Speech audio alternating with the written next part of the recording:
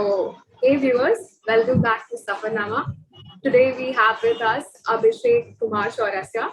He's a third year history honors student at Hansraj College. He's a visually impaired student who's also a very talented para athlete, a national medalist in 1500 meter and 5 kilometer running in the national championship held in Delhi in 2018. He's currently the head of the enabling unit at Hansraj College. Hello, Abhishek. A very warm welcome to Safarnama. We're very glad to have you with us. Hello, and thank you for inviting me and giving me this opportunity. It's an absolute pleasure to have you together with us. So we'll start with the questions now. I'll start with something very basic, which is what is something that people do or say that might hurt your feelings even if they have good intentions? When someone say कि आप मतलब किसी भी चीज़ के लिए कि आप ये नहीं कर सकते या फिर ये आपके लिए नहीं है या फिर कोई बिना हेल्प मांगे भी अगर हेल्प अचानक से करने लग जाए ज़बरदस्ती से या फिर तो उस तरह का बिहेवियर कई बार हर्ट कर सकता है एक पीडब्ल्यूडी को कि उसको ये फील हो सकता है कि मतलब हमेशा इस तरह से क्यों देखा जा रहा है कि हमें सिर्फ हेल्प ही चाहिए। तो इसके लिए मतलब ये किसी की गलती नहीं है, मतलब सोसाइटी में अगर ऐसा हो रहा है तो क्योंकि ये लैक ऑफ इंफॉर्मेशन की वजह से है, क्योंकि लोगों में उतनी अवेयरनेस नहीं है कि पीडब्ल्यूडी को किस तरह से ट्रीट करना है, क्योंकि उनका उतना ज़्यादा मतलब एक हम लोग कह सकते हैं कोलैबोरेशन नहीं है, इंक्लूजन उतना हुआ नहीं है, जिस वजह से कि वो दोनों एक दूसरे की नीड्स को समझ सकें। I completely agree with you. I think एक ऐसी चीजें जो लोग समझ नहीं पाते हैं when a person who's not asking for help and आप जाके उसकी help करने लगते हैं, so that in some way makes the person feel as if they are not enough, which you might be having good intentions and you just might want to help, but that might in turn actually hurt the other person's feelings. This is not something that people actually think about. So yeah, that is a very important point that you raised there. I mean, मतलब ऐसा नहीं है कि हर बार ही कोई किसी को hurt होगा, लेकिन कई बार ऐसा होता है कि नीड होती है और तब कोई मदद कर दे तो लगता है कि हाँ कोई समझता भी है, लेकिन अगर हर बार ऐसा हो तब ज़्यादा मुझे लगता है कि किसी भी पीडब्ल्यूडी को प्रॉब्लम हो सकती है। Okay. So moving on to the next question. What are the changes that you hope to see in people's attitude towards differently abled people?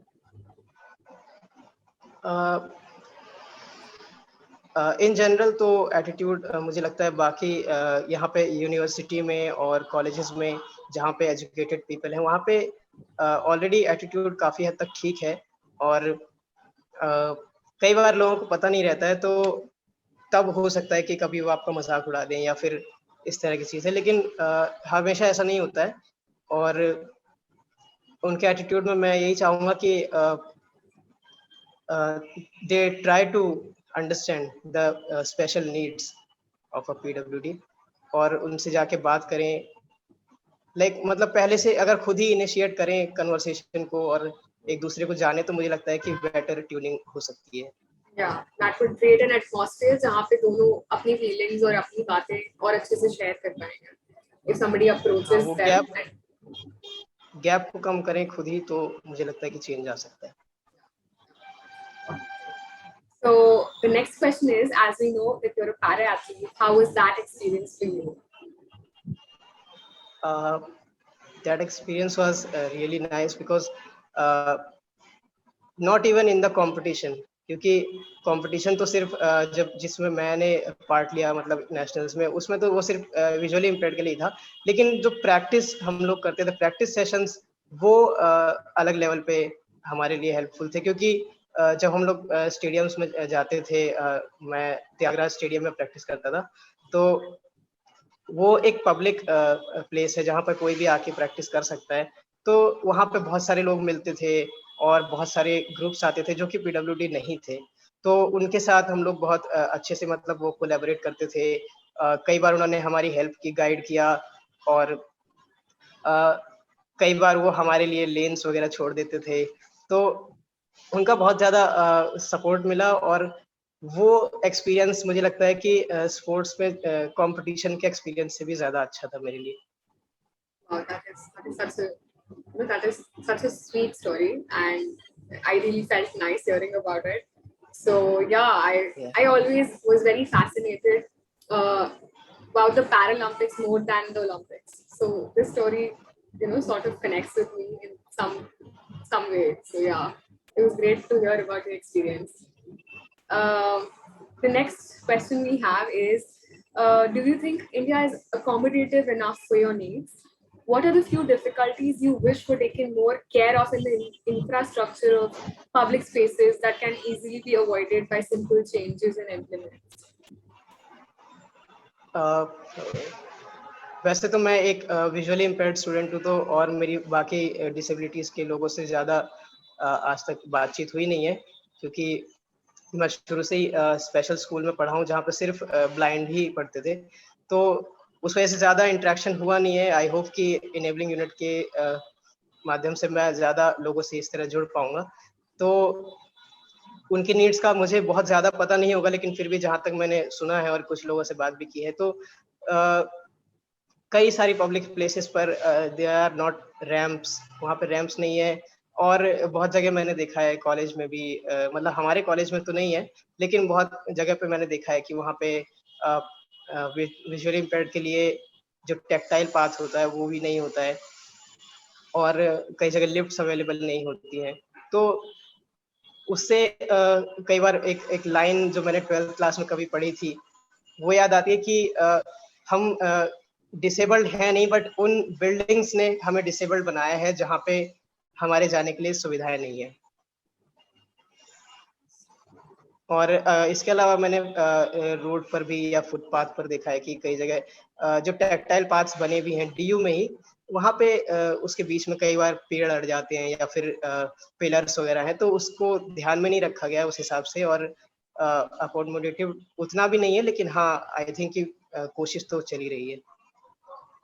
This is ऐसी चीज है जिसपे people need to pay more attention than it is given normally.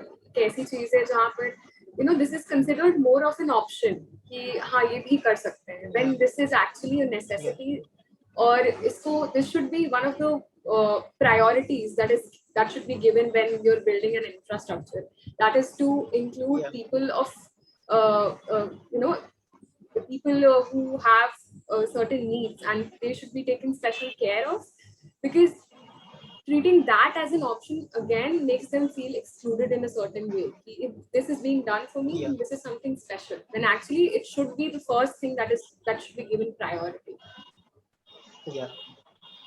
Actually जो human tendency है कि जिस चीज को हम सबसे ज्यादा याद रखना चाहते हैं उसी को भूलते हैं, तो अगर इसको हम एक नॉर्मल उसमें लें तो ज्यादा याद रहेगा, और मुझे लगता है कि उसमें उतना एफर्ट्स नहीं लगाने पड़ेंगे उन सुविधाओं को उपलब्ध कराने में। That is very true. Okay, so the next question is, given the recent performances of India at the Paralympics, do you think it will in some way directly affect the mindset towards the differentially able? As a para-athlete, what do the great performances this year personally mean to you? मेरे लिए तो बहुत ज़्यादा proud की बात है ही, क्योंकि जितने भी एथलीट्स थे उन्होंने जो इंडिया का नाम इंटरनेशनल लेवल पे उन्हें प्राउड फील कराया है, भारत को, पूरे देश को। और जहाँ तक मेरे पर्सनल उसकी बात है, तो मैं भी बहुत ज़्यादा प्राउड फील करता हूँ उन सभी एथलीट्स में, क्योंकि कहीं ना कहीं एक एथलीट होने की जो वो एक भावना होती है वो साथ में जोड़ने वाली होती है। और जब ओलंपिक्स आते थे और जो जो इवेंट मैं किया करता था जब वो आते थे, तो भले ही उसमें कोई भी प्लेयर ना भी खेल रहा हो इंडिया का, लेकिन फिर भी मुझे देखने में बहुत अच्छा लगता था। और इंडिया ने जैसे प्रोग्रेस की है लास्ट ईयर्स के तुलना में, इस बार ज़्यादा मेडल्स आए, तो उससे मुझे लगता है कि ज़रूर एक इफेक्ट पड़ेगा लोगों के माइंडसेट पे। और इतना ज़्यादा इफेक्ट देखने को नहीं मिलता है, लेकिन फिर भी क्योंकि पहले से भी ब्लाइंड क्रिकेट टीम इंडिया की या और भी एथलीट्स वो पहले से भी मेडल्स लाते रहे हैं, तो बेसिकली कुछ टाइम तक उनका जो रहता है, लेकिन बाद में फिर दोबारा से सब नॉर्मल हो जाता है। तो ये मुझे लगता है ये कमिंग बैक बार-बार नहीं होना चाहिए। और जो एक परसेप्शन है सिर्फ स्पोर्ट्स के लिए ही नहीं, बाकी सभी जो भी फील्ड्स हैं उसमें जो भी पीडब्ल्यूडी कर रहे हैं उसको ज़रूर हाईलाइट किया जाना चाहिए और उनको एनकरेज किया जाना चाहिए। मैं ये समझता हूँ।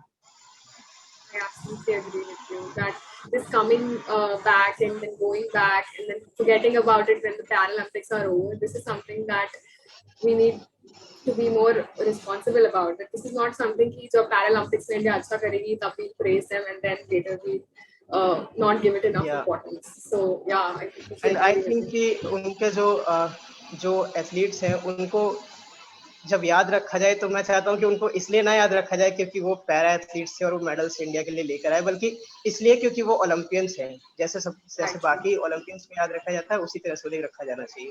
Exactly. And I think that is the shift in mindset that we need. That they should not be उनकी remembered because they are special. They should be remembered या because, yeah, उनकी डिसेबिलिटी को ना देख के उनकी एबिलिटी को देखना है। yeah, exactly. I think that is beautiful. Yeah, you're absolutely right. So, the next question is, the Olympics and the Paralympics this year have seen India's highest tally of medals and garnered a lot of media attention. What kind of infrastructural changes in sports facilities of the para athletes and sports persons do you wish for India? Infrastructure और जहाँ तक sports facilities की बात है तो मुझे लगता है कि बहुत सारे जो पीडब्ल्यूडीज़ हैं उनको ऑलरेडी ये सुविधाएं मिल रही हैं, क्योंकि कोई मतलब मेरे पास आंकड़ा तो नहीं है इस चीज़ के लिए, लेकिन फिर भी मुझे जहाँ तक लगता है कि जितने भी पीडब्ल्यूडीज़ हैं वो कहीं न किसी ऑर्गेनाइजेशन से कॉन्टैक्ट रखते हैं और उनसे संबंधित होते हैं, और इस तरह की ऑर्गेनाइजेशंस उन्हें हेल्प करती है कि वो उन्हें सारे equipments and stadiums and all ये सब प्रोवाइड कराएं। फिर भी मुझे लगता है कि स्टेडियम्स जो बाकी लोगों के लिए है उन्हीं में ही एक्सेसिबिलिटी को इंट्रोड्यूस कराया जाना चाहिए, जिससे कि वो भी अकोमोडेटिव हो सके पीडब्ल्यूडी के लिए भी। Thank you for sharing that. And then we'll move on to the next question. How important a role do you think the internet and the social media has to play in raising awareness about the inspiring journeys of our athletes? Social media का तो बहुत बड़ा role है, क्योंकि आज के time में तो जब हम सभी घरों में बंद हैं और कहीं आसपास सोशल गैदरिंग्स वगैरह हो नहीं पाती हैं तो सोशलाइज होने का मौका ज़्यादा मिलता नहीं है। तो मुझे लगता है कि सोशल मीडिया इसमें एक बड़ा रोल प्ले कर सकता है, दूर दूर तक भी इस जो अवेयरनेस है उसको फैला सकता है। और सोशल मीडिया के ही माध्यम से मैं ये भी चाहूँगा, मैं एक रिकमेंडेशन देना चाहूँगा यहाँ पर कि यूट्यूब पर इस तरह की वीडियोस अवेलेबल हैं कि पीडब्ल्यूडी को कैसे ट्रीट करना है, इसके बारे में गाइडेंस दी गई है। तो उसको मैं चाहूँगा कि हर व्यक्ति एक बार ज़रूर देखे। और मुझे लगता है कि बहुत सी पॉपुलेशन भारत में है जिसके पास आज के टाइम में इंटरनेट की फैसिलिटी अवेलेबल है, तो वो देखकर और अवेयरनेस अपने इस लेवल पर फैला सकते हैं। I think that is very important, to take that step on your own and try to educate yourself about it, not waiting around for somebody to come and tell you कि आप ये करिए. If the resources are available to you, if you're privileged enough, then you should take the opportunity and then educate yourself. Yeah. So moving on to the next question, what piece of general advice you'd give to people that they should take more care of while talking to a differently able person? Just a piece of general advice that you think should be given more attention to.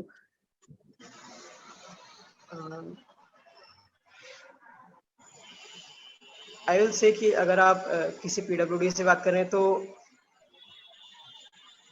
उसकी जो disability है उसके बारे में ज़्यादा बात ना करके वो क्या करता है ये जानने की ज़्यादा कोशिश करें कि वो क्या कर सकता है और वो सोसाइटी में कैसे अपना रोल प्ले कर रहा है। इससे दो चीज़ें होंगी, एक तो आपको उनके बारे में पता चलेगा और दूसरी बात जो सोसाइटी में जो एक प्रेजुडिस बना हुआ है कि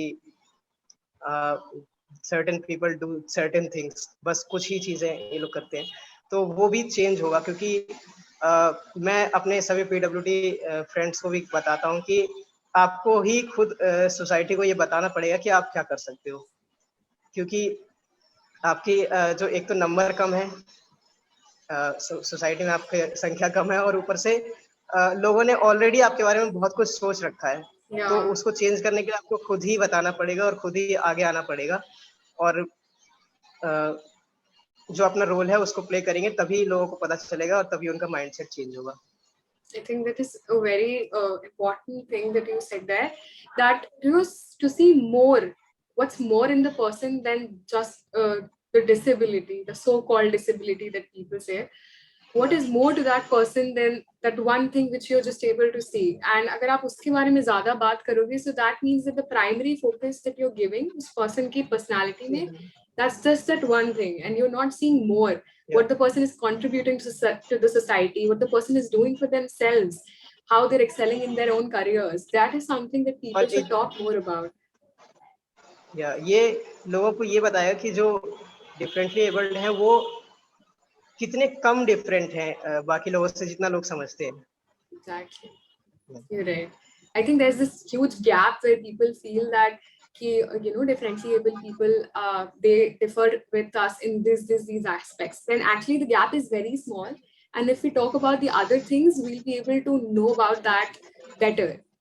And yeah, I think और that is important. उससे स्पेशल नीड्स के बारे में जो पता चले, क्योंकि स्पेशल नीड्स तो है, आई एक्सेप्ट, और ये सभी को एक्सेप्ट करना पड़ेगा, लेकिन उनको कैसे प्रोवाइड कराना है और वो नीड वास्तव में है क्या, ये जानना बहुत जरूरी है उसको हेल्प करने के लिए।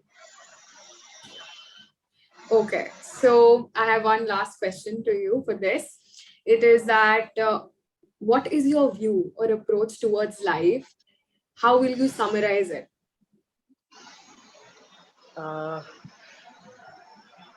मैं तो लाइफ को एक बैटल फील्ड की तरह ही देखता हूँ, क्योंकि लोग कहते हैं कि स्ट्रगल है, सबकी लाइफ में है, और अगर मैं अपने बाकी फ्रेंड्स से अगर कुछ कहूँ तो मैं यही कहूँगा कि ऐसा नहीं है कि जो पीडब्ल्यूडी नहीं है उसकी लाइफ में स्ट्रगल नहीं होंगे। कई बार लोग सोचते हैं कि यार इसको तो दिखता है या ये तो चल लेता है, तो इसको क्या ही प्रॉब्लम हो सकती है ना, लेकिन ऐसा नहीं होता है। और एक सोशल एक्टिविस्ट है जिनसे मैं बहुत ज़्यादा इंस्पायर्ड हुआ था, और उनकी एक कोट मुझे याद आ रही है, और वो मैं हमेशा लाइफ में फॉलो करता हूँ। एक सोशल एक्टिविस्ट है मुनीबा मज़ारी, पाकिस्तान की है वो, और उन्होंने कहा है कि या it's okay to be scared, it's okay to cry, everything is okay, but giving up should not be an option. तो आप जो भी स्ट्रगल्स फेस कर रहे हैं आप उसको आगे लेके चलते जाइए, बस गिव अप नहीं करना है। बाकी आपका जो हर स्टेज पर आपकी लाइफ में आपको कहीं ना कहीं से वे आउट जरूर मिलेगा। तो मैं लाइफ में हमेशा इसी अप्रोच को फॉलो करता हूँ कि कभी गिव अप नहीं करना है, चाहे कोई भी प्रॉब्लम आए उसको फेस करना है। Yeah, I think thank you for sharing that. And now we go on so that this feels like we're in Coffee with Karan. So we have a small rapid fire for you. So the first question is, what is that one movie that made you cry like a baby? Black. Okay. Then the next question is, what is a song that you can listen to at any time of the day? Chak De India and Jeho. Oh wow, I love Those that song. energetic Chak De India. songs. Yeah. Go to workout songs. So, and then the next question is, who is the one singer whose songs you can't stand?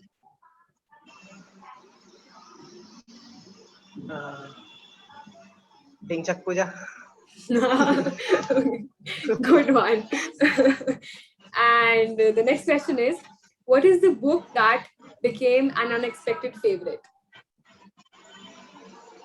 Unexpected. H.G. Wells, The Invisible Man. Wow, nice one. Yeah. Like I was not expecting कि उस time पे भी कोई इतनी science fiction बात कर सकता है. Yeah, I think Yeah, that I have actually heard a lot about the book. I haven't had a chance to read it, but after this, I'm definitely going to read it. So, the last question in the rapid fire is, who is the one person from history you'd like to go back in time and hang out with?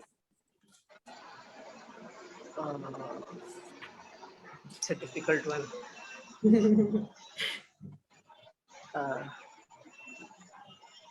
I would like to have a word with